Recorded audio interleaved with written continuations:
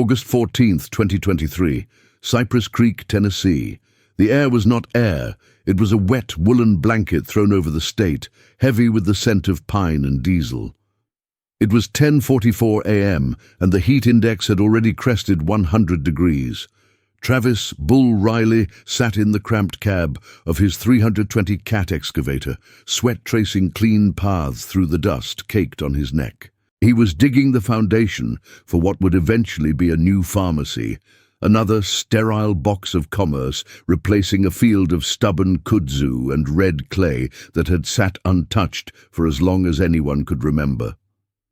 The land was just off Highway 96, undesirable for decades, a low-lying patch that flooded in the spring and baked hard in the summer. Travis wasn't thinking about the land's history. He was thinking about the bologna sandwich sweating in his lunchbox and the fact that his hydraulics were whining. The machine felt sluggish, protesting the dense, unforgiving earth. He guided the bucket, scraping another 6 inches of soil, pulling back on the joystick. The earth resisted. He pushed the throttle, the diesel engine groaning, and felt a sudden, sickening thunk that wasn't a rock. Rocks scraped or rolled. This was a dull, heavy thud. He sighed, assuming he'd hit an old septic tank or, worse, an illegal dump site. He lowered the bucket and hopped down from the cab, his steel-toed boots sinking into the loose dirt. He walked to the edge of the pit, wiping his forehead with a stained bandana. "Mick!" he yelled toward the site trailer. "Got something stubborn." Mick Garrison, the site supervisor, emerged, squinting against the blinding sun, a rolled blueprint in his hand. Mick was a man perpetually annoyed by the earth itself. He spat a stream of tobacco juice. "What is it now, Bull? Don't tell me it's another well." Travis pointed. "Dunno." Felt soft, like a tire, maybe. Mick slid down the embankment, his boots dislodging small pebbles. He knelt by the indentation, using a piece of rebar to poke at the exposed edge. The red clay was mixed with something dark, a flash of synthetic blue. "It's plastic," Mick said, digging at the edge with his gloved hands. "Looks like a tarp. Damn it, people dumping again." He pulled. The tarp was brittle, fused to the soil. It tore, revealing something beneath it. It was not a tire. It was pale, curved, and unmistakably bone. Both men froze. The whine of the excavator, left idling, seemed offensively loud in the sudden, crushing silence. Even the cicadas seemed to pause. Mick Garrison, who had seen everything from buried Civil War relics to moonshine stills, slowly stood up. "Bull," he said, his voice flat. "Get back in the cab. Shut the machine off." Travis didn't move. "Mick, is that—" "Shut the machine off and call 911. Tell 'em we need the sheriff, not just a deputy. Tell 'em to send the detectives." Travis scrambled back up the slope, his heart hammering against his ribs. Mick stayed at the edge of the hole, looking down. The blue tarp, the patch of white. He felt the humidity not as heat, but as a cold weight. He'd lived in Cypress Creek his whole life. He knew exactly where this property line was. He knew the stories. He knew exactly who they had just found. Within 20 minutes, the site was transformed. The roar of earth-moving equipment was replaced by the crackle of police radios. The first patrol car was followed by the county sheriff, and then by a quiet, unmarked sedan from the Tennessee Bureau of Investigation's new cold case unit based in Nashville. Detective Maria Rojas stepped out of the sedan, her black blazer already feeling like a mistake. She was met by the local sheriff, a man named Prewitt, who looked pale beneath his tan. "We didn't touch anything else, Detective," Prewitt said, gesturing to the pit. "My guys just taped it off. The construction crew is over by the trailer." Rojas nodded, pulling on latex gloves. She and her partner, civilian analyst Eli Vance, walked to the edge. The smell was faint, just the deep, metallic odor of disturbed soil, but it was there. They were looking at a shallow grave, barely 4 feet down, unearthed by the precise mechanical bite of the excavator. The blue top was visible, rotten and caked in mud, and from the tear, a human femur. "The ME is en route," Rojas said, her voice quiet, professional. "Eli, start the perimeter log. I want photos of the site before the excavation starts. Tire tracks, footprints, everything." Eli, younger than Rojas, already had his camera out. He was the unit's memory, the one who lived in the files. "This land," Eli said, looking around. It was undeveloped back in the 80s, owned by Harrington Real Estate, never sold. Rojas looked at him. "You already know, don't you?" Eli nodded, his face grim. "I think so. We're about 2 miles from the old Cypress Creek diner, and we're on the exact plot of land that Mark Walker has been begging the department to search for 20 years. Rojas looked back at the pit, at the small patch of blue plastic that had held its secret for 41 years. The ground had finally given up the ghost. The case of Sarah Ann Sonny Walker was no longer cold. It was wide open. June 5th, 1982.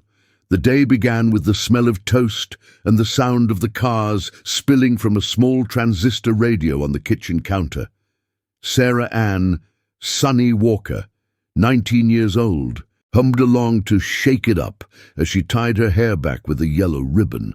Her nickname suited her. She possessed a brightness that seemed almost defiant in the sleepy, humid stillness of Cypress Creek.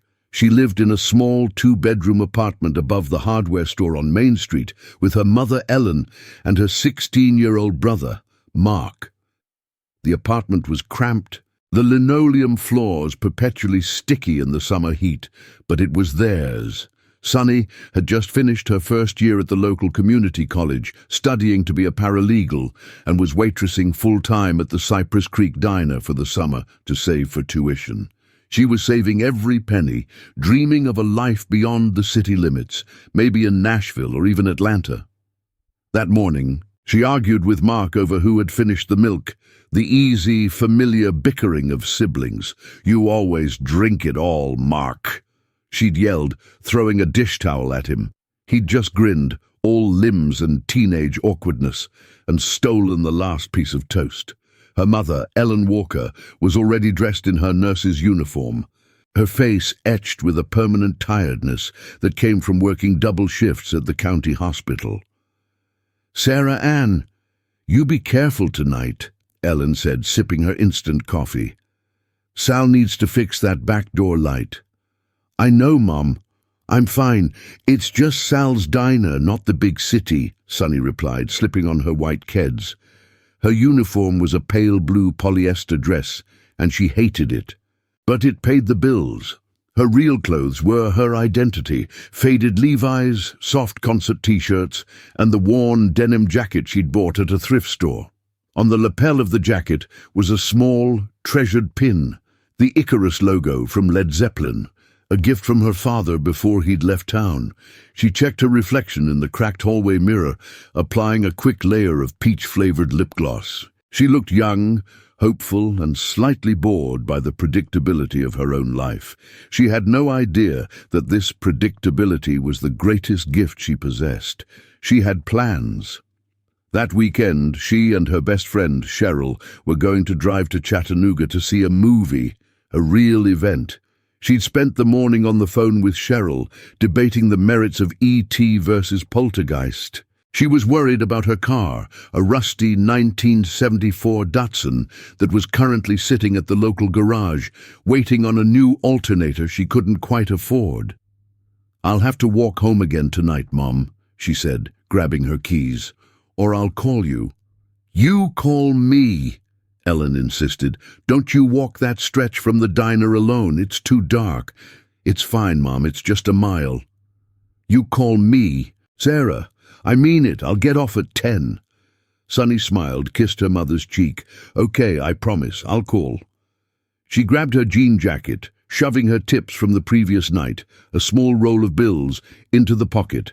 She slung her purse over her shoulder and bounded down the rattling exterior stairs, hitting the street just as the 10:00 a.m. town whistle blew. The diner was already humming with the late breakfast crowd. Sal "Sully" Petrucci, the owner, was barking orders at the cook. The diner was a fixture, a long railroad car of vinyl booths, formica countertops, and a jukebox that seemed stuck on 1978. Sunny tied her apron and grabbed a coffee pot, her transformation into Sunny the waitress complete. She moved through the tables with an easy grace, refilling coffee cups for the old-timers at the counter, taking orders from families and expertly ignoring the too familiar advances of a few of the regulars. She was efficient, bright, and professional. She handled the lunch rush, a blur of burgers, fries, and milkshakes. She chatted with Cheryl, her co-worker, in the kitchen, complaining about the heat and the cheap, scratchy napkins. One of the regulars, Daniel Harrington, came in.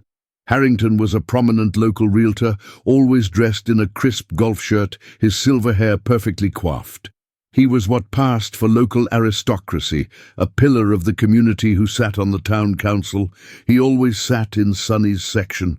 "Just coffee today, Sunny girl," he said, flashing a smile that never quite reached his eyes. "You're looking bright as a new penny." "Thanks, Mr. Harrington," she said, pouring the coffee. He often left her oversized tips, $20 for a $2 cup of coffee, and it always made her slightly uncomfortable, a feeling she couldn't quite name. She mentioned it to Cheryl once. "He's just a lonely old guy," Cheryl had dismissed. "Take the money." The day bled into the evening. The dinner crowd was slow. Sunny wiped down condiment bottles, restocked sugar packets, and counted the hours. At 9:45 p.m. she started her close-out duties. She cashed out her tickets, splitting the meager tips with Cheryl. At 9:58 p.m. she untied her apron and hung it on the hook. "You want me to wait?" Cheryl asked, grabbing her own purse. "Nah, you go ahead," Sunny said. "My mom's picking me up. I'm just going to use the phone." Sal yelled, "Good night, girls," from the kitchen. Sunny walked to the payphone by the restrooms. She picked up the receiver, dropped a dime in, and dialed her mother's work number at the hospital. The line was busy. She sighed, hanging up. She'd try again in a minute. She walked back to the counter, grabbed her denim jacket, and slipped it on. The pin felt cool against her fingers. She tried the phone again. Still busy. She checked her watch. 10:05 p.m. She knew her mother would be frantic if she was late. She decided to just start walking. It was only a mile. The air outside was finally cooling, the humidity breaking. She'd walk the main road. It was safe. It was Cypress Creek. She pushed open the diner's glass door, the small bell above it tinkling softly, and stepped out into the June night. Ellen Walker looked at the clock on the hospital break-room wall. 10 p.m. She worked on the maternity ward, and the night had been chaos, a set of twins and an emergency C-section. She had been on the phone with a doctor in Nashville when 10:00 p.m. rolled around. She hung up, wiping her hands on her scrubs, and waited. Sunny was never late. She was the most reliable person Ellen knew. At 10:15 p.m., Ellen felt the first prickle of unease, a cold knot tightening in her stomach. She dialed the diner. The line was busy.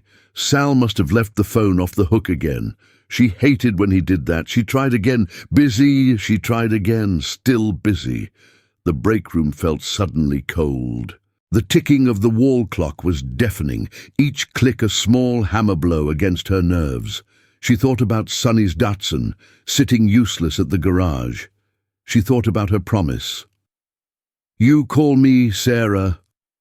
She was a nurse. She was trained to see patterns, to notice when something deviated from the baseline. This was a deviation. At 10:25 p.m., she told the charge nurse she was taking a break, her voice sounding strained even to her own ears. She walked to the nurse's station and dialed the diner again. This time, it rang. Sal Petrucci answered, his voice weary. "Cypress Creek Diner." "Sal, it's Ellen Walker. Is Sunny still there? I'm so sorry, I got held up."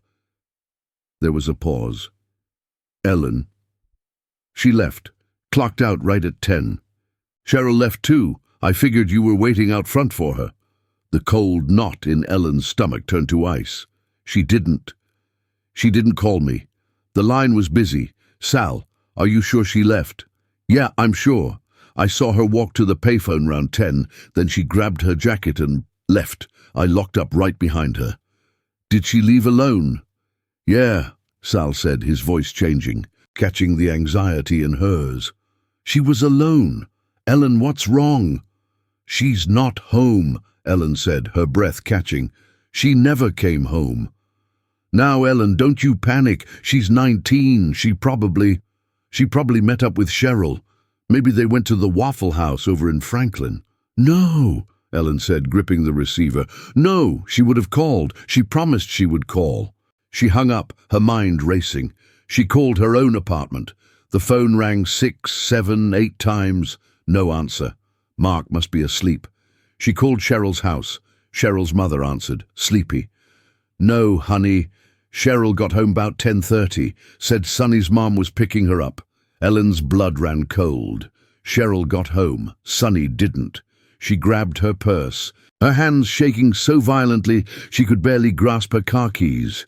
She told the charge nurse, "It's my daughter, I have to go," and ran from the hospital, ignoring the calls of her name.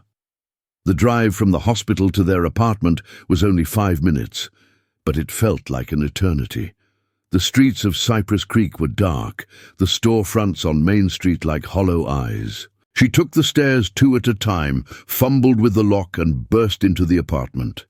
Sonny? Mark? The apartment was dark and silent, save for the hum of the refrigerator. Mark's door was closed. She threw it open. He was asleep, headphones on, a textbook open on his chest. "Mark, wake up!" He jolted awake, confused. "What? Mom, what time is it? Is Sonny home? Did she come home?" "What? No. I've been asleep. Mom, what's wrong? You're white as a sheet." The panic was rising in her throat now, tasting like bile. She never called me. She left the diner. She's not here." Mark was out of bed instantly, pulling on his jeans. "She probably started walking. Maybe she got a ride. Did you call Cheryl?" "I did. Cheryl's home. She left Sonny at the diner." Ellen ran to the phone and dialed the police. The dispatcher, Patty, sounded bored. "Cypress Creek PD." "My daughter is missing," Ellen said, her voice trembling. "Sarah Ann Walker. She got off work at the diner at 10, and she never came home." Patty's sigh was audible. "Mom, what's the daughter's name?" "Sarah Ann Walker." "And how old is she?" 19, Ellen said. "Mom, she's 19. She's an adult. She probably just went out with her friends after work. It's Saturday night." "No!" Ellen screamed, the first crack in her composure. "You don't understand. She always calls. Her car is broken. She was waiting for me. Something is wrong." "Ma'am, we can't file a missing persons report on an adult until at least 24 hours have passed. Call us back tomorrow if she doesn't turn up." Ellen slammed the phone down, a guttural sob escaping her. The 24-hour rule, a bureaucratic wall against her rising terror. "They won't help," she whispered, looking at Mark. "They think she ran off." Mark grabbed his baseball bat from the corner. "No, we'll find her. We'll walk the route. She's hurt. Maybe she fell." But as they ran down the stairs into the oppressive, silent darkness of the Tennessee night, Ellen knew. This wasn't a fall. This wasn't a girl who went out with friends. This was something terrible. The silence of the town itself felt like a predator. The apartment's small living room became a frantic command center. The air, which hours before had been still and humid, now crackled with the electric energy of raw panic. Ellen Walker, her nurse's uniform stained with sweat and tears, was pacing the worn linoleum, the phone receiver practically fused to her hand. She called her ex-husband, Sonny's father, in Memphis. The line rang and rang until a sleepy, irritated voice answered, "What, Ellen? It's after midnight." "She's gone, Tom." Ellen wept. "Sonny's gone. She left work at 10, and she never came home." The sleep vanished from his voice. "What do you mean, gone? Did you call the police?" "They won't do anything. They said to wait 24 hours. She's 19, they said. She's just a baby, Tom. She's my baby." Her voice broke. He promised to drive in, a 4-hour trip he'd start immediately. Mark, meanwhile, was stone-faced. His youthful features hardened into a mask of grim determination. He had put on his sneakers and grabbed a heavy flashlight from the kitchen drawer. "Mum, I'm going. I'm walking the route from the diner. Maybe she twisted her ankle in the ditch." "No, Mark, don't you go alone," Ellen cried, the thought of her other child walking into the same darkness paralyzing her. "I'm coming with you." You stay by the phone," Mark ordered, his voice suddenly deeper, older. "What if she calls? What if the police call? I'll be fine. I'm taking the bat." He was out the door before she could protest again, his footsteps pounding down the metal stairs. Ellen was left alone in the apartment, the silence now screaming at her. She called Sal Petrucci back. "Sal, I need you to think. Was there anyone else there? Anyone lingering? Did she talk to anyone before she left?" Sal, now wide awake and terrified, tried to remember. "It was just the regulars, Ellen, the last one to leave. I think it was Dan Harrington. He left maybe." 9:30? "Harrington?" Ellen asked. The name meant little to her, just another local businessman. "Yeah, he was in his usual booth. Paid his bill, left Sonny a big tip like always. Seemed normal." "What about on the street? Did you see any cars?" "I don't know, Ellen. I was in the back. I just heard the bell on the door when she left. I'm so sorry." She hung up and began calling every name in Sonny's small address book. Friends from high school, her professors at the college, the mechanic at the garage. Each call was a new, desperate performance, her voice starting calm and ending in a plea. Each answer was the same.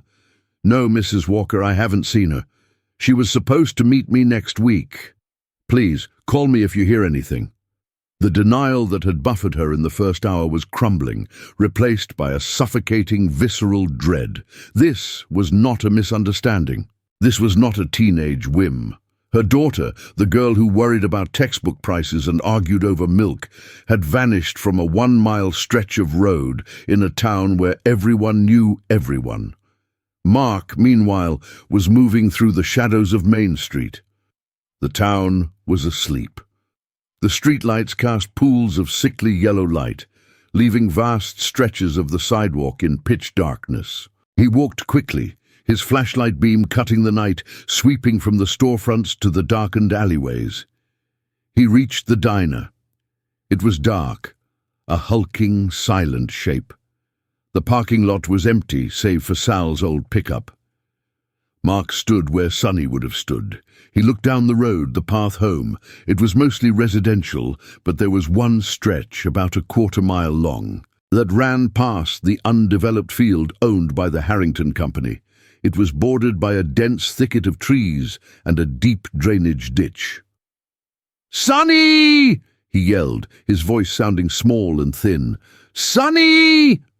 He plunged the flashlight beam into the ditch. Nothing but mud and discarded beer cans.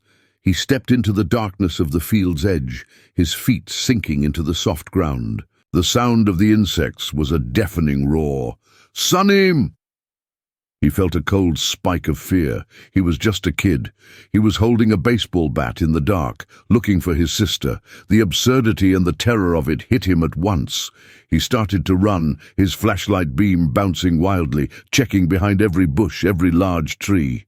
He ran the full mile to their apartment, his lungs burning.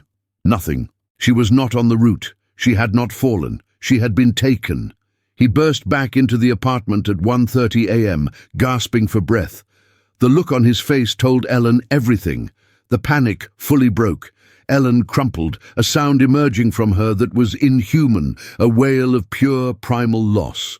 The realization was complete. Sonny was not late. Sonny was not lost. Sonny was gone. The first rays of dawn on June 6, 1982, did not bring clarity. They only illuminated the nightmare. The grey morning light revealed the exhaustion etched onto Ellen Walker's face and the grim set of Mark's jaw. The 24-hour rule, which had seemed like an immovable bureaucratic mountain, crumbled in the face of Ellen's relentless hysterical calls. Just after 5:00 a.m., a patrol car finally rolled up to the apartment building. Officer Paskins, a young rookie, looked tired and sympathetic but utterly out of his depth. He took down the information. Sarah Ann Walker, 19, 5'5", blonde hair, blue eyes, last seen wearing a light blue waitress uniform and a denim jacket with a distinctive pin. He asked the questions that felt like small violations. Was she having any trouble at home, ma'am? Boy trouble? Was she known to use substances? She was a good girl, Ellen snapped, her grief momentarily displaced by fury. She was a college student. She was saving her money. She was responsible. Someone took hern. By 7:00 a.m., Detective Frank Miller had been briefed. Miller was a Cypress Creek PD fixture, a man in his late 50s with a coffee-stained tie and a face that looked carved from tired wood. He'd seen too much and believed too little. He drove his unmarked sedan to the Walker apartment, his gut feeling already telling him this was a runaway. 19-year-old girls got restless. It was a fact of life, like humidity in June. He stepped into the apartment and was immediately struck by the suffocating atmosphere of fear. This wasn't the quiet relief of a parent whose rebellious teen had finally left. This was raw terror. He listened to Ellen's story, his expression impassive. He took notes in a small, spiral-bound pad. He looked at Sonny's high school graduation photo on the mantelpiece, a smiling, bright-eyed girl. "Ma'am," Miller said, his voice a low rumble, "we'll put out a bolo. Be on the lookout for her. I'll send Paskins to walk the route, talk to folks. I'll talk to Sal at the diner." "You have to search," Mark insisted, his voice cracking. "She's not on the road. We looked. You have to search the woods, the fields." Miller sighed. "Son, we don't even know if a crime's been committed. We don't have a scene. We don't have a witness. We don't have anything but a girl who didn't come home. For now, we treat it as a missing person, not an abduction." But the community, small and tight-knit, did not wait for Miller's permission. By 9:00 a.m., word had spread like wildfire. The phone tree that usually activated for church potlucks was now a network of dread. Sal Petrucci opened the diner, not for business, but as an impromptu headquarters. He brewed coffee by the gallon, his face pale, his hands shaking as he stacked styrofoam cups. Neighbors, friends of Sonny's, and complete strangers began to gather in the parking lot. Maps of the county were spread across car hoods. Volunteers, mostly men in flannel shirts and muddy boots, formed search parties. They fanned out, starting from the diner. They walked the highway shoulders. They pushed their way into the dense woods bordering the Harrington property. They checked abandoned barns and culverts. Flashlights, useless in the daylight, were still clutched in their hands, a totem from the panicked night. The search was chaotic, heartfelt, and desperate. All day, the humid air was punctuated by men shouting Sonny's name, their voices swallowed by the dense foliage. "Sarah Anna! Sonny!" The police presence was minimal. Miller coordinated from his desk, sending deputies to check local motels and the bus station. He did, however, drive to the home of Daniel Harrington. Harrington lived in the one nice subdivision in town, a brick colonial with manicured hedges. He answered the door in his golf attire, looking concerned. "Detective, awful news, just awful," Harrington said, shaking his head. "I heard at the club. That sweet little waitress. Just terrible." "You were at the diner last night, Mr. Harrington," Miller stated. "That's right. Left around 9:30. Came straight home. My wife, Martha, was here. We watched Johnny Carson. Why?" "Just dotting I's, sir. Did you see Ms. Walker talk to anyone else? Anyone suspicious?"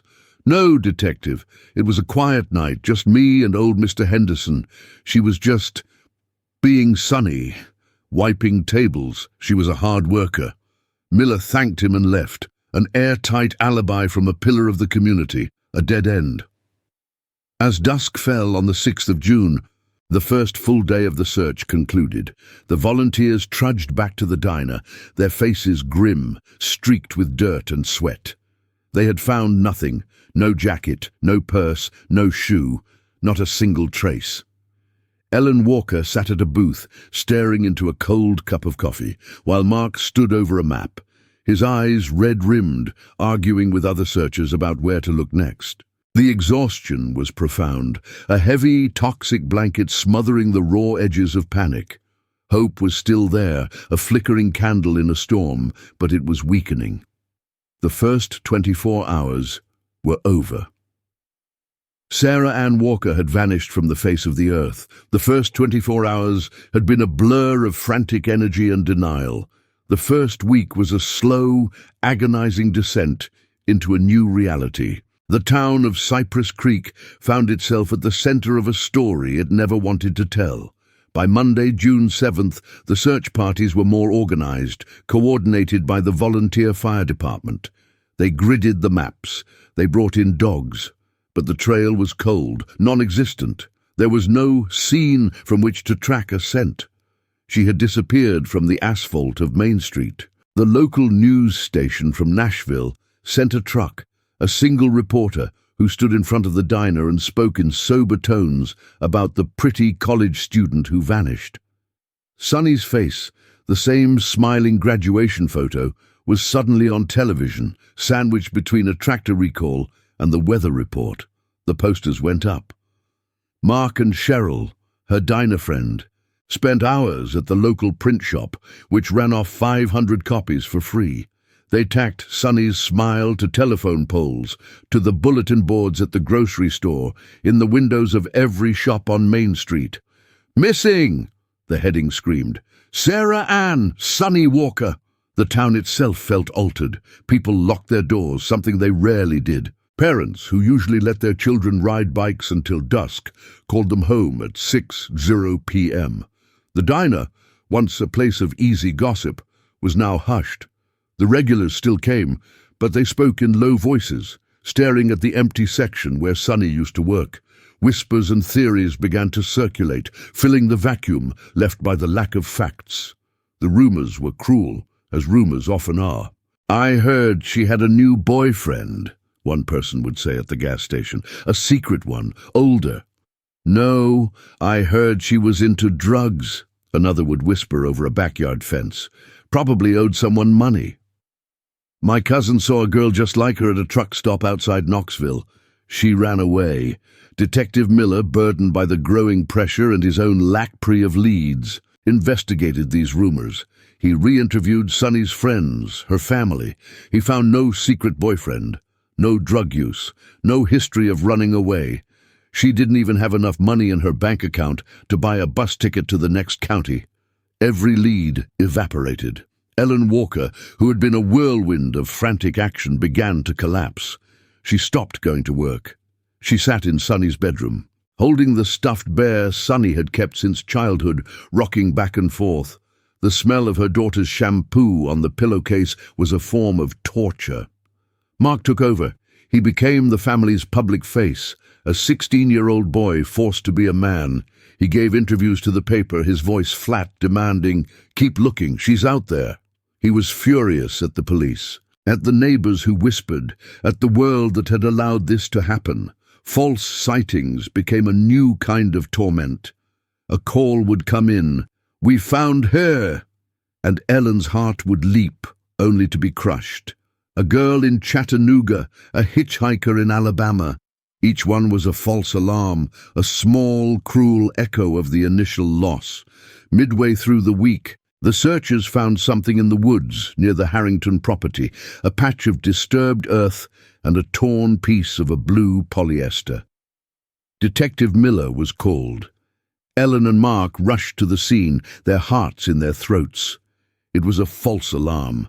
The fabric was from a different uniform, likely from the high school. The grave was just a hole where someone had buried a dog. The disappointment was so profound, so physically painful, that Ellen fainted. By Friday, June 11th, the search parties had dwindled from over 100 to a dozen.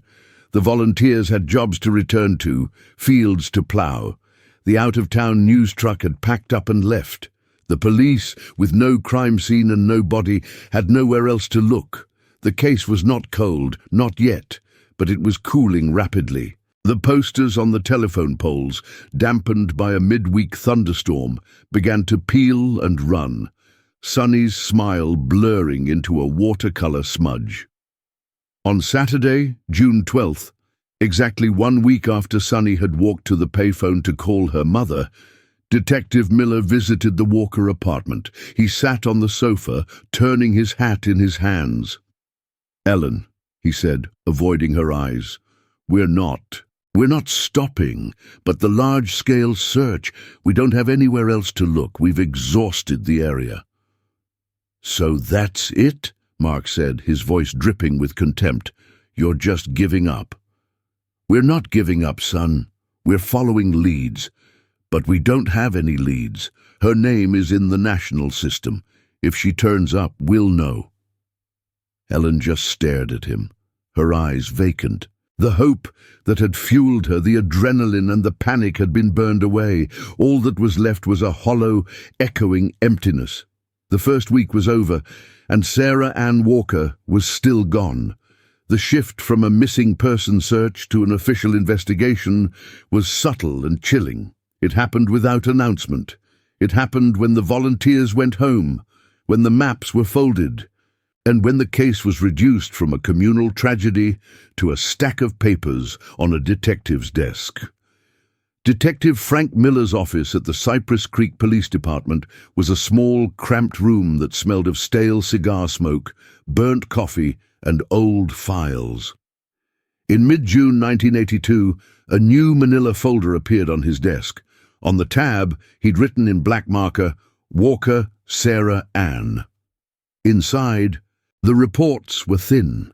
The initial interview with Ellen, the interview with Cheryl, her co-worker, the transcript of his brief conversation with Daniel Harrington, who had a corroborated alibi, his wife, Martha, and owned the land that had been searched and cleared.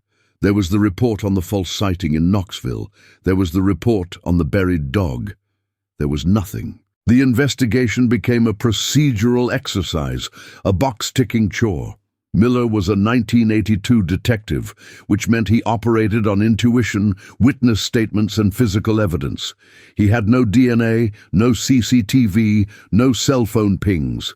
The case was a ghost. He and his partner, a younger, ambitious detective named Carver, were tasked with shaking the trees. This meant re-interviewing everyone, hoping someone had remembered a new detail or would slip up in a lie. They started at the diner. Sal Petrucci was worn out. "I told you, Frank, I told you everything. She left at 10. Harrington left at 9:30. The Henderson guy left at 9. That's it. It was a slow night." "And the phone, Sal? You're sure you didn't leave it off the hook?" "Maybe. Maybe I did." The line to the kitchen was buzzing. "Sometimes I knock it off when I'm cleaning the grill. What difference does it make?" "It makes a difference," Miller growled. "If the line was busy, it explains why she didn't call her mom. It explains why she walked." The detail humanized the case for Miller just for a second. It made the girl's decision, the fatal one, make sense. She was just trying to get home. They interviewed the mechanic who had been working on Sonny's Datsun. He was a greasy, quiet man who chain-smoked. "Alternators shot," he said, wiping his hands on a rag. "Told her it'd be $200. She said she'd have the money in a couple weeks. Nice kid, real polite." "She mention any problems? Anyone bothering her?" "Nah, just worried about the car. That Datsun was a piece of junk." They tracked down Sonny's ex-boyfriend, a musician she had dated 6 months prior. He was in Chattanooga, playing in a bar band, and had a dozen witnesses who put him on stage the night she vanished. He seemed genuinely shocked to hear she was missing. "Sonny, man, she was too good for this town. That's why I left." But she wouldn't run, not without telling her mom. Every conversation was a dead end. The case file grew thicker, but not with evidence. It was filling with reports of what wasn't there. No one saw her get into a car. No one heard a scream. No one saw a struggle. It was, as Miller described it to his captain, a perfect blank. The physical system of the investigation was archaic. Evidence, if there had been any, would have been stored in paper bags in an unsecured locker. Reports were typed in triplicate on an IBM Selectric typewriter. Mistakes were permanent, corrected with globs of whiteout. The weight of the bureaucracy was heavy. Miller had other cases, a string of burglaries, a domestic dispute that ended with a shotgun. The Walker case, with no body and no weapon, was an intangible puzzle. It was frustrating, and in the world of policing, frustrating cases get pushed to the bottom of the pile. Ellen Walker, however, did not let it rest. She called Miller every single day. 8:00 a.m. on the dot. "Detective, what do you have? Anything?" And every day Miller had to give her the same answer. "Nothing new today, Ellen. We're working it." By July, her calls had a desperate, accusatory edge. "Why aren't you searching the rivers? Why aren't you talking to that Harrington man again? He was the last one there." "Ellen," Miller said, his patience worn thin by a long summer, "I talked to him. His wife says he was home. He's a city councilman. He's not the guy." "How do you know?" She wept into the phone. "How do you know?" He didn't, but he had nothing to contradict the alibi. The investigation was not a hunt, it was a vigil. The department was waiting for a body to turn up, for a confession, for a piece of clothing found by a hiker.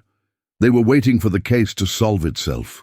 By the time the first Tennessee maples turned from green to a fiery red in the fall of 1982, the case of Sarah Ann Walker had stalled. The public's attention, fleeting at the best of times, had moved on. There was a heated mayoral race, and the high school football team was undefeated. The missing posters, tattered and faded, were eventually torn down, replaced by flyers for the county fair. The official investigation died not with a bang, but with a quiet, bureaucratic whimper. Detective Frank Miller, who had been the case's reluctant shepherd, took his retirement in the spring of 1983. His departure was marked by a small party with a sheet cake and weak coffee. When he cleaned out his desk, he paused at the Walker-Sarah Ann file. It was thicker now, full of dead-end reports and transcripts of fruitless interviews. He felt a pang of genuine failure. He'd wanted to solve it. He'd wanted to bring the girl home. But she had vanished. He placed the file in a cardboard box labeled Active Suspended and handed it to his replacement, Detective Carver. Carver, eager to make his mark, glanced at the file. A missing girl from a year ago. No body, no suspects. It was a career killer, a cold case before the term was even widely used. He placed the box in the cavernous, damp records room in the basement of the police department. It was filed under W, and there it sat. The failure of the investigation was a simple, tragic equation. It was a 1982 investigation stranded by 1982 technology. Without a crime scene, there was no physical evidence to collect. Without witnesses, there was no one to question. The one lead that seemed promising, Daniel Harrington, the last customer, was blocked by a seemingly ironclad alibi. His wife, Martha, was as respected as he was. She was a devout churchgoer who ran the hospital auxiliary. She swore on a Bible that her husband was home by 9:45 p.m. and never left. In a town like Cypress Creek, a man's reputation and his wife's word were worth more than a detective's hunch. The case going cold was a profound, personal agony for the Walker family.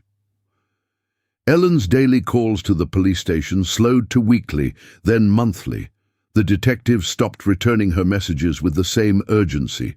The answers became rote. "No updates, Mrs. Walker. We'll let you know if anything changes." She realized with a dawning horror that they were no longer looking. She was alone. Mark Walker, who had turned 17 that fall, reacted with a simmering rage.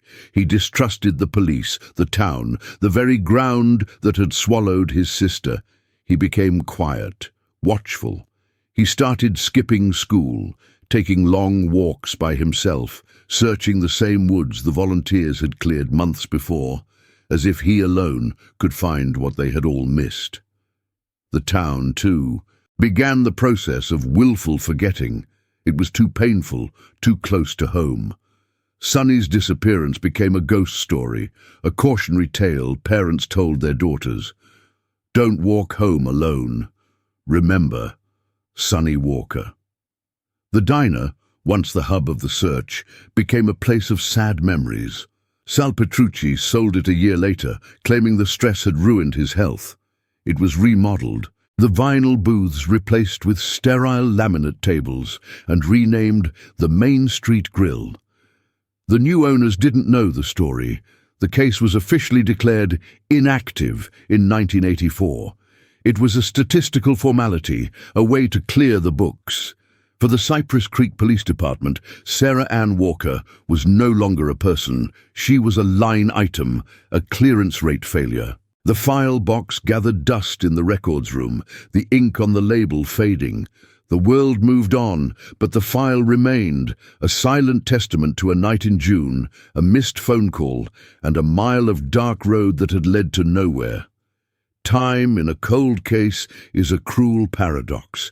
For the world, it moves forward, bringing new technologies, new buildings, new generations. For the grieving, it stops dead.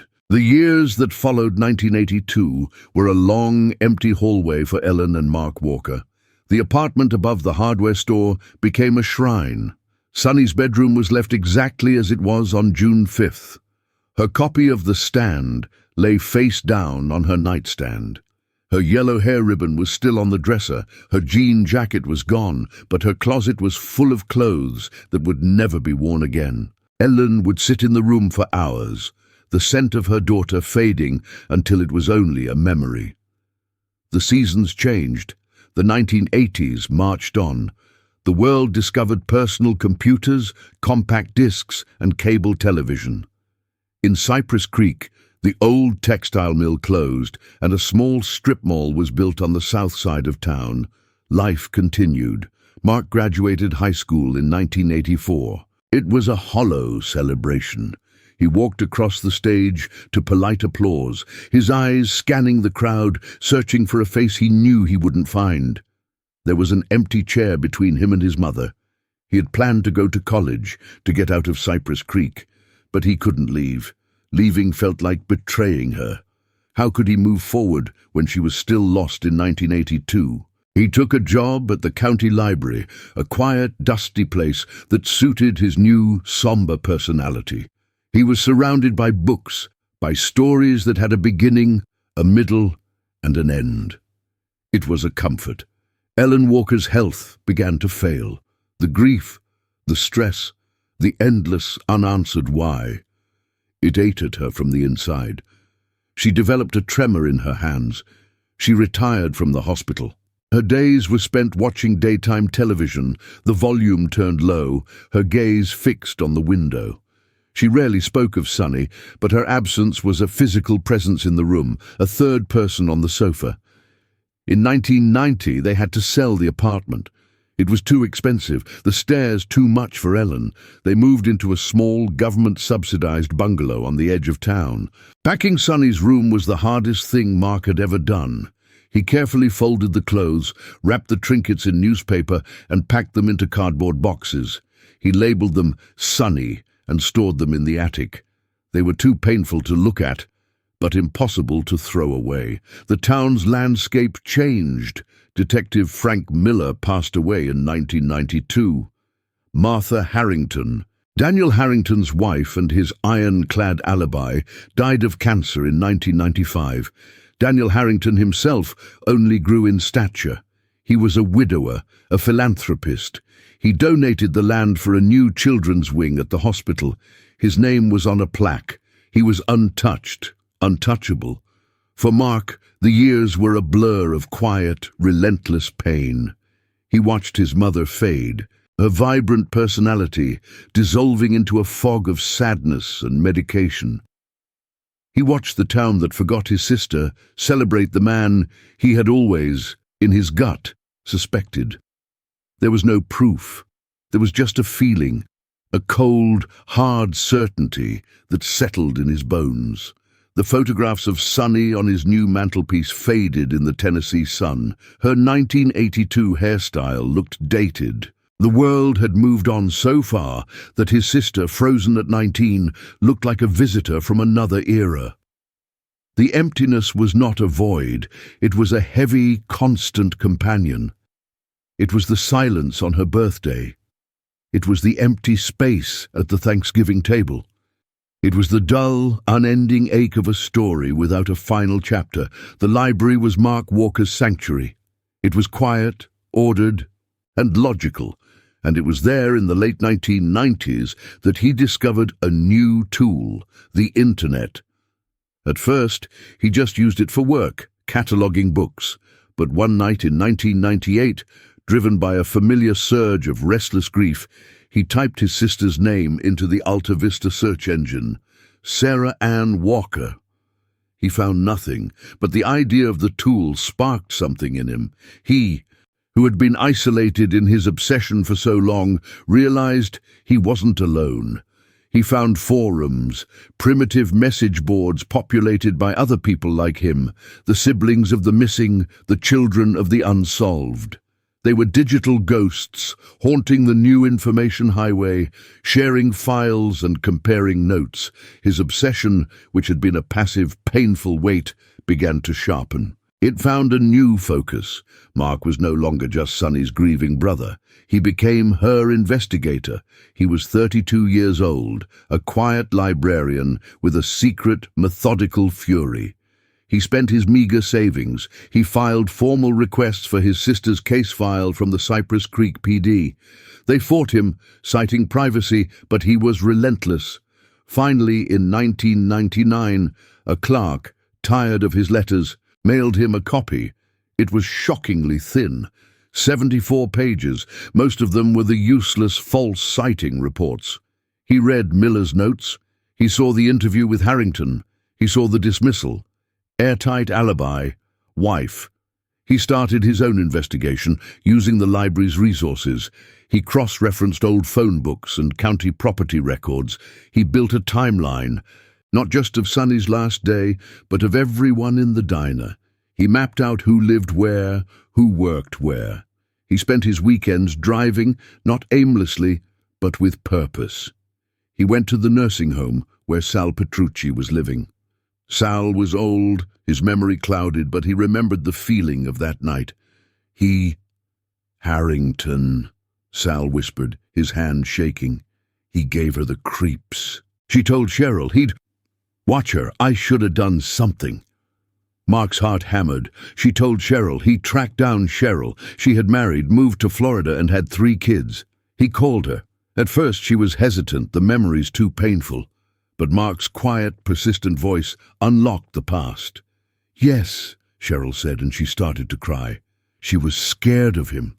He asked her out. She said no, politely, and he got weird. He told her she was making a mistake, that he could make her life very easy or very hard. She was going to tell Sal to move her to another section. She was going to tell him that night. Why didn't you tell the police? I did, Cheryl insisted. I told that Detective Miller. He brushed it off. He said Harrington was a big deal and that he was home with his wife. He made me feel like I was lying, like I was just trailer park trash accusing a rich man. Mark hung up the phone, his hands shaking with a cold, clarifying rage. Miller hadn't just missed the clue, he had buried it. It was 2002. It had been 20 years. His mother, Ellen, was in the late stages of Alzheimer's, living in a state facility. Her memory was gone. She no longer knew who Mark was. She no longer remembered the name Sunny. The grief was his alone to carry. He bought a new computer and a scanner. He digitized every page of the police report, every note he'd taken, every map. His obsession was no longer just a collection of boxes in an attic. It was a database. Mark Walker learned that grief, unaddressed, could either destroy a person or forge them into something new. His mother had been destroyed. He refused to be. The rage that had simmered in him for 2 decades finally found a productive outlet. He realized that finding Sonny's killer was no longer just about his family. It was about a system that had failed them, a system that prioritized a man's reputation over a girl's life. He began to write letters. His job at the library had made him an excellent, precise, and relentless communicator. He wrote to the governor of Tennessee. He wrote to the attorney general. He wrote to the Tennessee Bureau of Investigation. He didn't write as a grieving brother. He wrote as a researcher. He laid out the case, the timeline, the missed opportunities. He pointed out the flawed 1982 interview with Harrington. He included Cheryl's new testimony. He argued that his sister's case was not cold, it was uninvestigated. He joined advocacy groups. He learned about the Vidocq Society, a group of forensic professionals who solved cold cases. He learned about the new emerging science of DNA. He knew there was no DNA in Sonny's case. They had no body, no scene. But he learned the language. He learned to talk about forensics and case viability. In 2005, he launched a website.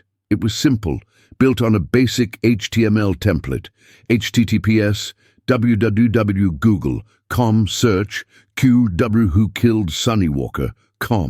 He uploaded the digitized files, the timeline, the photo of Sonny, the map of the route. He wrote, "My sister was murdered in 1982.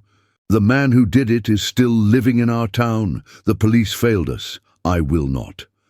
The website was a small, quiet beacon in the vastness of the internet. For years it got little traffic, but Mark updated it. He added his research into Daniel Harrington, careful to avoid libel, phrasing it as questions. Why did the lead detective ignore the witness testimony of Cheryl? Though, why was the alibi of a suspect's wife considered airtight without further investigation? His pain had become a quiet, dignified, and incredibly public purpose. He was no longer the crazy Walker boy. He was the town's conscience. He was the librarian who knew more about the town's darkest secret than anyone. His mother, Ellen Walker, passed away in 2015. She died without ever knowing what happened to her daughter. At her funeral, Mark stood alone. The grief was immense, but his resolve was harder than steel. He had not been able to save his mother from her grief, but he could still find his sister. He returned from the funeral and wrote another letter to the TBI, which had recently, thanks to federal grants and lobbying from people exactly like Mark, established a new cold case unit. He addressed the letter to the unit's new director. He attached his research, now hundreds of pages thick. He ended the letter with a simple plea. Give her the investigation she deserved in 1982. He didn't expect a reply. His purpose was the work itself. The work was his way of honoring them both. For 2 years, Mark's letter to the TBI cold case unit sat in a queue. But in 2018, it landed on the desk of Eli Vance. Eli was not a cop. He was a civilian analyst, a millennial who was more comfortable with data algorithms and genealogical databases than with a handgun. He was the unit's secret weapon. He was hired to find new life in dead files. He read Mark's letter. Then he read the attached research. Then he went to the TBI archives and pulled the original physical Cypress Creek PD file on Sarah Ann Walker. He compared Mark's meticulous cross-referenced work with the thin, coffee-stained official report. He was stunned. The brother had done more work than the original detectives. The witness testimony from Cheryl, ignored by Miller, was explosive. The fact that Harrington, the prime suspect, owned the undeveloped land that abutted the search area was a glaring, flashing red light. Eli Vance became obsessed. He digitized the physical file and uploaded it to their system, flagging it for review. He called his boss, Detective Maria Rojas. Rojas was the opposite of Eli, a career detective, sharp, skeptical, and intolerant of wasted time. "A 82 disappearance, no body, no scene," Rojas said, scrolling through the file on her monitor. "Eli, what are we supposed to do with this? Harrington's wife is dead. His alibi is non-disprovable. Miller's dead. Cheryl's testimony is 30-year-old hearsay. It's not hearsay, it's a new witness statement," Eli argued, "and it's the motive. He was obsessed. She rejected him. Look at the map. He owned that huge tract of land. They searched it, but they didn't excavate it. They just walked it." "We can't just dig up a man's land based on a librarian's hunch," Rojas said. But Eli had already pulled Harrington's financials. "He's not just a pillar of the community, he's a predator. He was sued for sexual harassment by an employee in 1991. Settled out of court, he was accused non-publicly of issues with a tenant in 88. Rojas paused. "A pattern. Okay, it's thin, but it's something. Put him on the board. We'll start a soft reinvestigation. Talk to this brother, Mark Walker." The meeting between Eli Vance and Mark Walker took place at the Cypress Creek Library in the fall of 2018. Mark, now in his 50s, graying at the temples, sat across from the young, energetic analyst. He brought his boxes, his binders. Eli brought his laptop. For hours they compared notes. Mark had never felt so seen. He wasn't a grieving eccentric. He was a co-investigator. "You're right about the alibi," Eli said, pulling up the old report. "Miller took Martha Harrington's word for it. He never canvassed the neighbors. He never checked for toll calls. He just believed her. Because he was Dan Harrington," Mark said, his voice quiet, "and we were just the Walkers." Eli promised nothing. "We don't have the resources to dig, Mark, not without something concrete. But we're watching him. We're re-interviewing everyone we can find. We're building a new file." The case was alive again. It was no longer just Mark's obsession. The system he had fought against for so long was finally, cautiously working with him. Eli Vance began a slow, methodical process. He had the TBI lab run the case file for any physical traces. Nothing. But he also started a new protocol. He began monitoring all construction and excavation permits issued in Williamson County, specifically cross-referencing them with a list of properties tied to Daniel Harrington. It was a long shot, a digital needle in a haystack. But it was a thread, and in the summer of 2023, that thread was pulled. A permit was filed for a new pharmacy. The land, which had been sold by Harrington's company in 2019 after sitting undeveloped for half a century, was finally being excavated. The land was just off Highway 96. Eli Vance put an alert on the file, August 14, 2023. The call came from the Williamson County Sheriff to the TBI at 11:02 a.m. Human remains found at a construction site, Highway 96. Detective Maria Rojas and Eli Vance were in their sedan and rolling before the dispatcher finished the sentence. When they arrived, the scene was exactly as Travis Bull Riley had left it. The excavator sat silent, its bucket resting near the pit. The construction crew was huddled by their trucks, pale and shaken. The red clay was piled high. Rojas and Eli walked to the edge, guided by Sheriff Prewitt. Rojas's eyes scanned the scene, her mind all procedure. "Get this perimeter wider," she ordered. "No one in or out. I want the site logs from the construction supervisor. Who was here? What time?" Eli, however, was staring into the pit. He saw the color, a patch of synthetic, unnatural blue. "Maria," he said, his voice tight, "it's the tarp." The next few hours were a masterclass in forensic archaeology. The brutal power of the excavator was replaced by the delicate precision of brushes, trowels, and sifting screens. The county medical examiner, Dr. Aris, supervised as a team gently, painstakingly removed the earth inch by inch. The Tennessee heat was oppressive, but no one complained. They worked under a pop-up tent, the smell of damp metallic earth growing stronger. The blue industrial tarp was brittle. It had been wrapped tightly around a small, huddled form. As they brushed away the last layer of clay, the reality became clear. The remains were skeletal, but they were small. The clothing was almost entirely decayed, but fragments remained, fused to the bones. They found a degraded piece of polyester, pale blue. They found scraps of denim, and then, as a forensic technician gently sifted the soil from around the skull, a small object fell into the screen. It was rusted, caked in mud. The technician sprayed it with distilled water. The rust flaked away, revealing a dull, pewter-colored metal. Eli Vance, who was photographing every step, zoomed in. He stopped breathing. He recognized it instantly from the grainy 1980s photographs in Mark's file. It was the winged figure of Icarus, the Led Zeppelin pin. The pin Sunny Walker had worn on her denim jacket. The jacket her mother had told her to take. "We have her," Eli whispered, his voice thick. He stepped away from the tent, pulling out his phone. He had to make the call. Rojas looked at him, her face grim, and nodded. "Go, I'll handle the scene."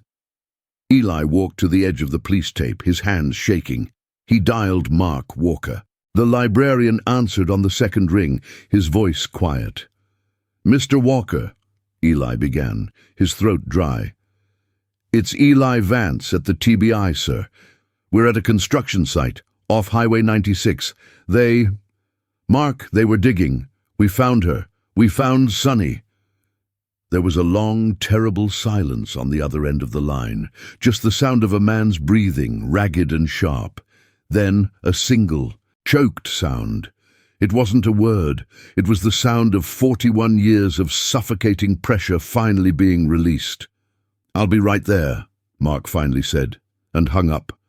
He arrived 20 minutes later, his face ashen. He wasn't allowed on the scene, but he stood at the yellow tape, watching the silent, reverent work under the white tent. He didn't cry. He just stood, his hands clenched at his sides as the sun beat down. His vigil was over. The discovery sent a shockwave through the TBI and the local community, but the investigation was now a race. The finding of a body was not the end. It was the beginning. Sarah Ann Walker's remains were transported to the medical examiner's office in Nashville. The case was officially, publicly reopened. The first step was verification. While the pin and the clothing fragments were powerful indicators, they needed certainty. Dr. Aris, the MEA, worked with a forensic odontologist. They compared the teeth from the skull to the dental records Mark had preserved from Sunny's childhood dentist. It was a perfect match. On August 16, 2023, the remains were positively identified as Sarah Ann Sunny Walker. The cause of death was also determined: multiple catastrophic blunt force trauma injuries to the skull. She had not been shot or stabbed. She had been beaten. The second step was notifying the family. Since Mark was already aware, Detective Rojas and Eli Vance drove to his house for the formal notification. It was a somber, procedural meeting. "Mr. Walker," Rojas said gently, sitting on his sofa, "the medical examiner has confirmed. It is Sarah, and her death has been ruled a homicide." Mark nodded slowly, absorbing the words. Homicide. He had known it for 41 years, but the official word landed with the weight of a gavel. "What now?" "Now!" Rojas said, her voice hardening. "We get him."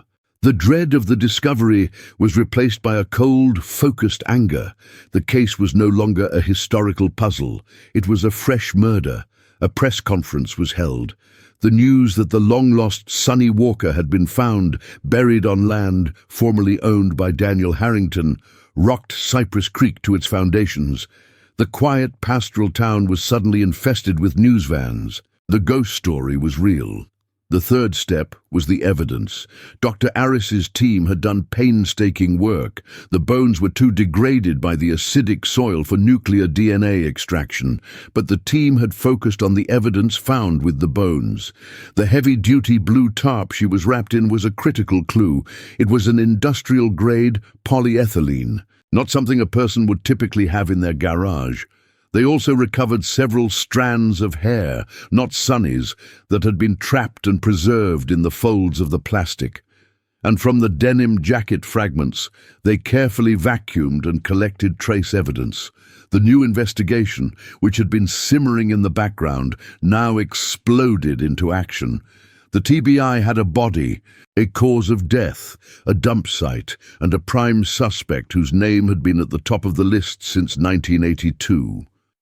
The alibi that had protected Daniel Harrington for 4 decades was about to be systematically dismantled. Martha Harrington, his wife, was dead. She could no longer provide him cover.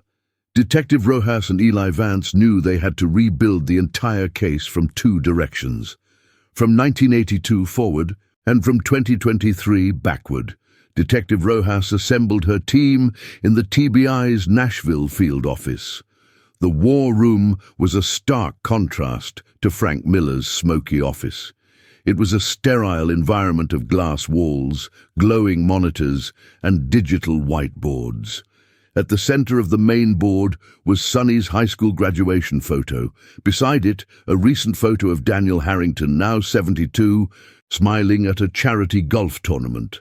"All right," Rojas began, her voice clipping the air. "We all know the story. We have the victim. We have the ME's report. We have the dump site on his former property. This is not a whodunit. This is a prove it. Eli, walk us through the suspect."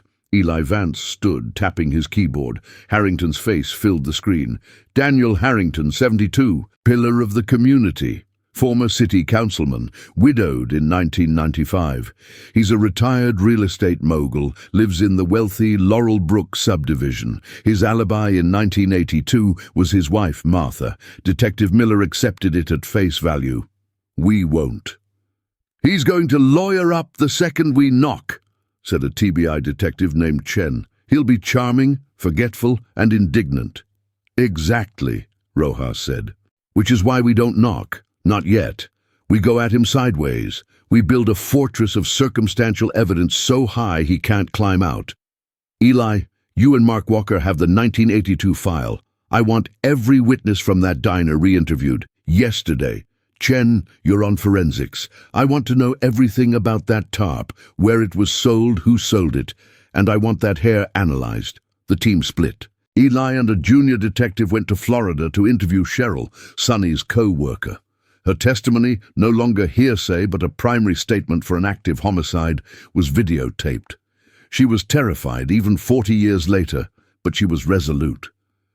He told her he could make her life easy or hard. He was obsessed. He stared. It was disgusting. I told the detective. I told him. He didn't listen. Mark Walker, now an official consultant on the case, provided his deep knowledge of the town's history. He pointed them to the hardware store that had been on Main Street in 1982. It was long gone, but the family that owned it still lived in town. Rojas herself went to visit the owner's son. "Industrial tarps?" the old man said, thinking back. "Oh yeah, we sold 'em. Blue, heavy duty. Mostly to construction crews, but Dan Harrington bought a few. He was always doing some project on one of his properties." Rojas's heart beat faster. "Did you keep records?" "In 1982, honey, it was a cash and receipt book business. Those are long gone." But they weren't. Eli, the data specialist, cross-referenced Harrington's name with TBI Financial Archives. They had subpoenaed Harrington's old bank records, and there, in a digitized microfiche file from a bank box, they found it. A carbon copy of a credit card receipt, dated June 5th, 1982, the day Sonny vanished. The charge was from Cypress Creek Hardware. The line items were shovel HD and tarp, 10x20 blue. The total was 48.50. He bought the shovel and the tarp the day she disappeared. Eli said, his voice quiet. He knew what he was going to do. They had the motive from Cheryl. They had the opportunity. They had the murder weapon and burial tools purchased by him on the day of the crime. And they had the body found on his land. The fortress was almost complete. The final piece of the puzzle came from the TBI crime lab. The hair found in the tarp was too degraded for a root-to-tip DNA profile, but forensics had advanced. They were able to extract mitochondrial DNA, mtDNA. It wasn't enough to identify a single person as it's passed down maternally, but it could exclude 99.9% of the population. They needed a comparison sample. Getting a warrant for Daniel Harrington's DNA based on a 41-year-old receipt was possible, but Rojas wanted something faster and quieter. She put a surveillance team on Harrington. It took 2 days. Harrington, still active at 72, went to a Starbucks. He drank his coffee and threw the cup in a public trash can. A TBI agent dressed as a city worker retrieved it. The lab went to work. The DNA from the saliva on the coffee cup lid was a perfect match to the mtDNA profile from the hair. The hair was his. They had him. "It's done," Rojas told her team. "We have the motive, the means, the opportunity, the murder weapons, the body, and his DNA at the scene." The timeline became chillingly clear. Daniel Harrington, a powerful man used to getting what he wanted, had become infatuated with the 19-year-old waitress. He offered her a better life. She, polite but firm, refused him. His pride was wounded, his obsession curdled into rage. On June 5, 1982, he bought the tarp and shovel. He knew her car was in the shop. He knew she'd be waiting for her mother. He knew Sal sometimes left the diner phone off the hook. He waited. He saw her at the payphone. He saw her sigh, hang up. He pulled his luxury sedan over. "Sonny, looks like your mom got held up. Let me give you a ride home." She would have hesitated, but he was Dan Harrington. He was a pillar of the community. It was safer than walking a mile in the dark. She got in the car. He did not drive her home. He drove to his secluded, undeveloped property off Highway 96. He stopped the car. The reconstruction based on the ME's findings suggested she fought back. She ran. He chased her, and in a fit of panicked, narcissistic rage, he struck her with the shovel. He struck her again and again.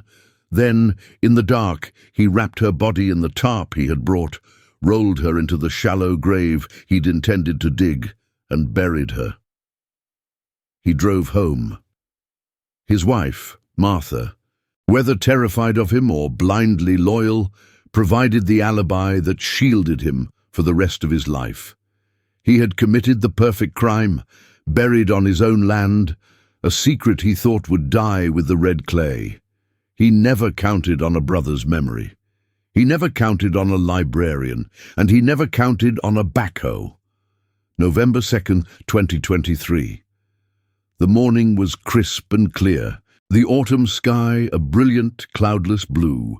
Detective Maria Rojas, Eli Vance, and 2 uniformed TBI agents drove through the iron gates of the Laurel Brook subdivision. They parked in the cobblestone driveway of Daniel Harrington's pristine brick mansion. He answered the door himself. He was wearing slippers and a cashmere cardigan, holding a copy of the Wall Street Journal. He smiled, the easy, practiced smile of a man who had never been told no. "Can I help you, officers?" "Daniel Harrington," Rojas said, her voice devoid of emotion. "We have a warrant for your arrest for the 1982 murder of Sarah Ann Walker." The smile did not fade, it froze. The color drained from his face, leaving a sickly grey pallor. The journal slipped from his hand. That's absurd. I spoke to the police years ago. I need my lawyer." "You can call him from the car," Rojas said. She produced the handcuffs. The click of the steel locking around his wrists echoed in the grand foyer. The arrest of Daniel Harrington sent a seismic shock through Tennessee. This wasn't some forgotten drifter. This was a man whose name was on hospital wings, who had cut the ribbons at town festivals. The community fractured. There were those who refused to believe it, who called it a witch hunt, a mistake. But for most, it was a sickening realization that the monster they had feared in 1982 had been sitting in the front pew of the church all along. For Mark Walker, the news was a quiet earthquake. He was at the library, shelving books, when Eli Vance called him. "We got him, Mark! He's in custody!" Mark sat down heavily at a study carrel. He looked at his hands. They were trembling. It wasn't relief. It wasn't joy. It was just the end of the wait. The 41-year-old burden he had carried every second of his life, the crushing pressure of not knowing, was gone. He left work early. He drove to the cemetery where his mother was buried. He sat on the grass by her headstone. The sun was warm on his face. "We got him, Mom," he whispered to the stone. "It's over. Sonny's coming home." The media reaction was intense. Harrington, defended by a high-powered Nashville legal team, was released on a multi-million-dollar bond. He maintained his innocence, claiming it was a conspiracy, a political hit job by the TBI. But the evidence, when presented at the pre-trial hearing, was irrefutable. The receipt, the land, the tarp, the hair, the motive from Cheryl. The town that had whispered about Sonny in 1982 was now screaming about Harrington. It took 41 years, 4 months, and 28 days for the truth to finally surface. The trial of the state of Tennessee versus Daniel Harrington began in April 2024. The Williamson County Courthouse was a media circus, but inside, the atmosphere was thick and somber. Daniel Harrington, 73, looked diminished. His expensive suits hung on his frail frame. His arrogance had been replaced by a look of baffled fear. The prosecution, led by the district attorney but built entirely on the TBI's case, was methodical, precise, and devastating. They did not rely on emotion. They relied on the 41-year-old facts. Eli Vance testified for a full day, walking the jury through the digital reconstruction of the case. The maps, the property records, the bank receipt from June 5, 1982, for a shovel and a blue tarp. The carbon copy was displayed on a massive screen for the jury to see. Dr. Aris, the medical examiner, testified about the blunt force trauma, the violent nature of the death. The forensic lab technician testified about the mtDNA match from the hair on the tarp to the DNA on Harrington's coffee cup. But the most powerful testimony came from Cheryl. She flew in from Florida, now a grandmother. She was visibly shaking as she took the stand. But when she looked at Daniel Harrington, her fear vanished, replaced by a cold anger. "He creeped her out," Cheryl told the jury, her voice clear. "He'd leave way too much money. He watched her. A week before she disappeared. He told her he could take care of her. She told him to leave her alone. She was going to ask Sal to move her to another section." The defense team was aggressive. They attacked Cheryl, painting her as a jealous, fame-hungry woman with a faulty memory. They attacked the police, referencing Detective Miller's original report that Harrington was cleared. They attacked the DNA as junk science. They argued the receipt was circumstantial. Harrington's son testified that his father was a good man, a loving father, a community leader. He couldn't have done this. Daniel Harrington himself did not testify. After 3 weeks, the case went to the jury. Mark Walker sat in the front row every single day. He watched the man who had destroyed his family. He listened to the defense slander his sister. He held his composure. The jury deliberated for only 90 minutes. The foreman stood. "On the charge of murder in the first degree, we find the defendant, Daniel Harrington, guilty." A gasp sucked the air from the courtroom. Harrington collapsed into his chair, a broken old man. Mark Walker closed his eyes, put his head in his hands, and wept silently for the first time. At the sentencing hearing, Mark was allowed to give a victim impact statement. He did not speak to Harrington. He turned to the judge, his voice thick but steady. For 41 years, my family lived in a prison of not knowing. My mother died in that prison. This verdict, it's not for me. It's for my mother, Ellen, and it's for my sister, Sarah Ann Walker, Sunny. She was 19. She was a student. She was a daughter. She was my sister, and she deserves to be remembered for how she lived, not for how she died. And today, she can finally rest. The justice we were denied in 1982 has finally been served. Daniel Harrington was sentenced to life in prison with no possibility of parole. He would die in a state penitentiary. As Mark left the courthouse, he was met by Detective Rojas and Eli Vance. They didn't say anything. Eli just reached out and shook his hand. Mark gripped it. "Thank you," he said. "Thank you for listening." June 5th, 2024. 42 years to the day after she vanished. Sarah Ann "Sunny" Walker was finally laid to rest. A new headstone was placed in the Cypress Creek Cemetery right next to her mother's. The funeral was small. Mark was there. Cheryl flew in. Detective Rojas and Eli Vance stood respectfully at the back, not as cops, but as witnesses.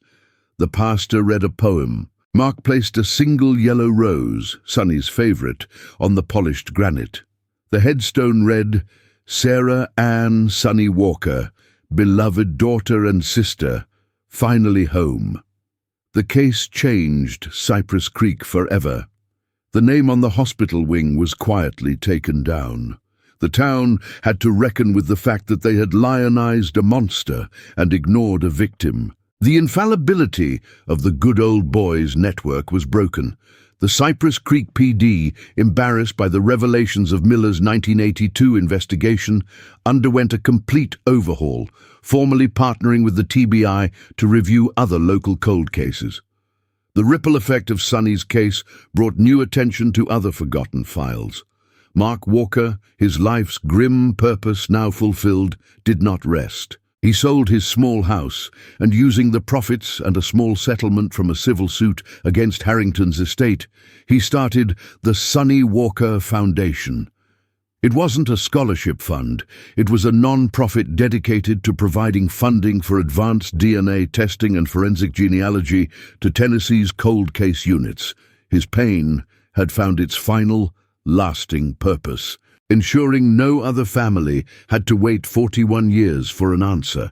Eli Vance and Maria Rojas continued their work. The Walker file was closed, but hundreds more remained open. Their victory was a somber one, a reminder that justice, delayed, is a different, harder kind of justice. But it was justice nonetheless. The final image of the case is not the courthouse, nor the prison. It's Mark Walker, standing at his sister's grave, the Tennessee sunset casting long shadows over the grass. He is no longer the angry, obsessed boy. He is no longer the grieving librarian. He is just a brother, standing with his sister, finally at peace. Sarah Ann Walker's story has been told, but thousands of other victims are still waiting for their voice. Their files sit in dark rooms. Their families are trapped in the same emptiness that the Walkers endured. These stories matter. If you know anything about an unsolved case, no matter how small the detail, please contact your local authorities. And if you believe these stories need to be told and that no victim should be forgotten, please like and subscribe. There are other cases, other families that still deserve a voice.